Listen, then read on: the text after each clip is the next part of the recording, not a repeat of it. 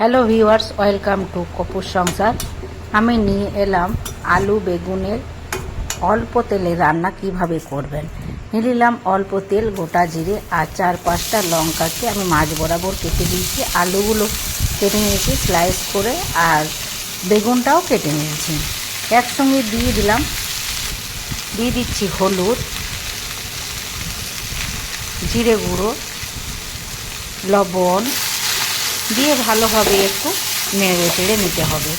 আমার বাড়িতে অল্প মশলার ব্যবহারটা খুবই কমই হয়, তাই আদা রসুন পেস্টটা দিলাম না। তোমরা চাইলে আদা রসুন পেস্টটা দিয়ে দিতে পারো।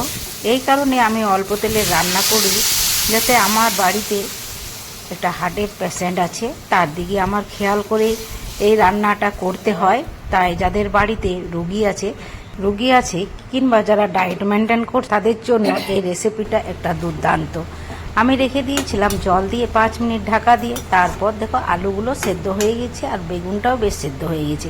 এইভাবে করে নিলেই হয়ে বেগুন আলুর রেসিপি। তোমরা চাইলে অল্প ভেজে নিতেও পারো।